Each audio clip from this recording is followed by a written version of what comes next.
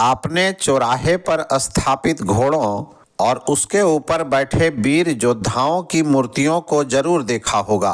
आपने यह भी देखा होगा कि सभी घोड़े की मूर्तियां एक जैसी नहीं होती हैं। कहीं घोड़े के आगे की दोनों टांगें हवा में लहरा रही होती हैं, तो कहीं पर आगे की एक टांग हवा में लहराती हुई दिखाई देती हैं। कहीं पर तो घोड़े की सभी टांगें जमीन पर होती हैं। क्या आप जानते हैं इस तरह की मूर्तियों का राज क्या है? आइए जानते हैं।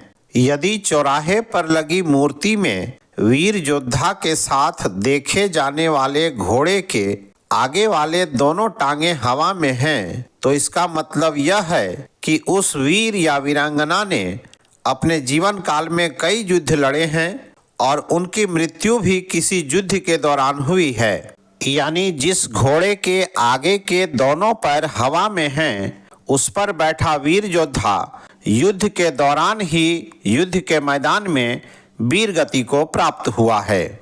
यदि वीर योद्धा के साथ दिखने वाले घोड़े की प्रतिमा में घोड़े के आगे का एक पैर उठा हुआ है, तो इसका मतलब है कि योद्धा किसी युद्ध के दौरान गंभीर रूप से घायल हुआ था, लेकिन उसकी मृत्यु रणभूमि में नहीं हुई। उसकी मृत्यु इलाज के दौरान या फिर युद्ध में मिले जख्म की वजह से हुई है। यदि चौराहों पर ऐसी मूर्तियां लगी हैं जिसमें योद्धा का घोड़ा चारों पैरों पर सामान्य स्थिति में खड़ा है, तो इसका मतलब यह है कि योद्धा ने कई युद्ध लड़े हैं, लेकिन उसकी मृत्यु सामान्य रूप से हुई है।